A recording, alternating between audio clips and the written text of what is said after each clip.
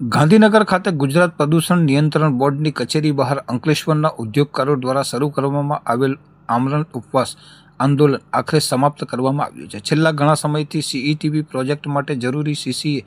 મંજૂરી મેળવવા થઈ રહેલ અસાધારણ વિલંબને કારણે ઉદ્યોગકારોમાં ભારે રોષ જોવા મળ્યો હતો, જેને પગલે અંકલેશ્વરના અંદાજે 100 જેટલા અગ્રણી ઉદ્યોગકારોએ ગાંધીનગરના રસ્તાઓ પર ઉતરીને પરવાનગી આપો, આશ્વાસન નહીં જેવા સૂત્રોચ્ચાર સાથે તંત્ર સામે આક્રમક વિરોધ નોંધાવ્યો હતો। આંદોલન દરમિયાન ઉદ્યોગકારોના પ્રતિનિધિમંડળ અને જીપીસીબીના ઉચ્ચ અધિકારીઓ વચ્ચે અનેક રાઉન્ડની બેઠકો અને ગહન ચર્ચાઓ યોજાઈ હતી, જેમાં ઉદ્યોગકારોએ પોતાની પડતર માંગણીઓ અને મંજૂરીમાં થઈ રહેલ વિલંબની અસરો બાબતે મક્કમ રજૂઆત કરી હતી। મળતી માહિતી મુજબ આંદોલનકારી ઉદ્યોગકારો અને સરકારી તંત્ર વચ્ચે થયેલ વાટાઘાટો બાદ તંત્ર દ્વારા એવી ખાતરી આપવામાં આવી હતી કે ટૂંક સમયમાં જ આ પ્રોજેક્ટ બાબતે યોગ્ય અને હકારાત્મક નિર્ણય લેવામાં આવશે। તંત્ર તરફથી મળેલ આ મૌખિક ખાતરી અને હકારાત્મક વલણને ધ્યાનમાં રાખીને ઉદ્યોગકારોએ હાલ પૂરતું પોતાનું આમરણ ઉપવાસ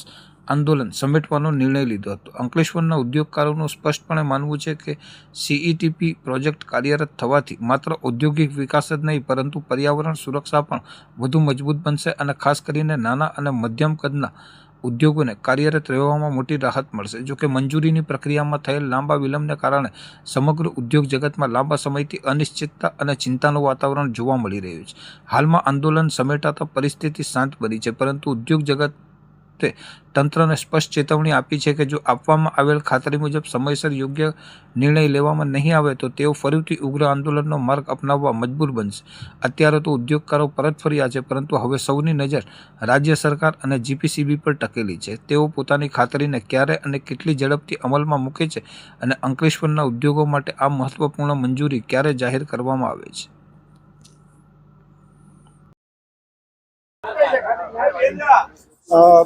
રમેશભાઈ, તમે ઉપવાસનો અહીંયા અંત કર્યો, હમણાં જ પારણા કર્યા, શું કારણ અને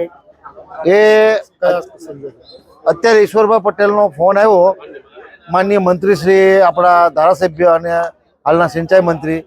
કે એમણે એમ કીધું કે ભાઈ ગુરુવારે કોઈ પણ હિસાબે હું પોઝિટિવ રિઝલ્ટ લાવી દઈશ અને અત્યારે તમે મારા માન ખાતર તમારો ધારાસભ્ય છું, તમને વચન આપું છું અને તમે અત્યારે પારણા કરી લો। અને ઈશ્વરભાઈ પટેલના જે માન ખાતર અમે એનું માન રાખીએ છીએ અને અમને ઈશ્વરભાઈ પટેલ પર પૂરેપૂરો ભરોસો છે કે અમને કન્સેન્ટ આપીને જ જમશે। આજનો અમે આ આમરણ ઉપવાસનું અમે અહીંયા પૂર્ણાહુતિ કરીએ છીએ। મંત્રી શ્રી અમારા જે ઈશ્વરભાઈ છે, ધારાસભ્ય પણ છે અને સ્વતંત્ર હવાલા સાથે મંત્રી છે સરકારમાં, એમના દ્વારા અમને ખૂબ જ સહયોગ અને આશ્વાસન મળેલ છે કે ટૂંક સમયે તમારું કાર્ય પૂરું થશે। સાથે સાથે પર્યાવરણ મંત્રી કેબિનેટના અર્જુનસિંહ મોઢવાડિયા સાહેબને પણ અમે મળ્યા અને એમને પણ અમને ટૂંક સમયમાં તમારી AWMLના પ્લાનની કન્સાઇન મળી જશે એવું આશ્વાસન સવારે એમને 12-1 વાગે આપેલું। અને છેલ્લે અત્યારે ચેરમેન સાહેબને અમારા પ્રતિનિધિઓ ઠાકર સાહેબ બધાની મિટિંગ થઈ અને ભાજપના જય તેરૈયા અમારા પ્રમુખ અને ભૂતપૂર્વ પ્રમુખ જશુભાઈ ચૌધરી અને જે અમારા ડાયરેક્ટર પણ છે અને એમની ટીમ પણ આજે અમારી સાથે રહી અને મિટિંગો અવિરત કરાવી અને જે પોઝિટિવ નિર્ણય આવ્યો છે એ બદલ હું વતી એમનો હું આભાર માનું છું અને સરકારશ્રીનો પણ આભાર માનું છું કે સમયની મર્યાદા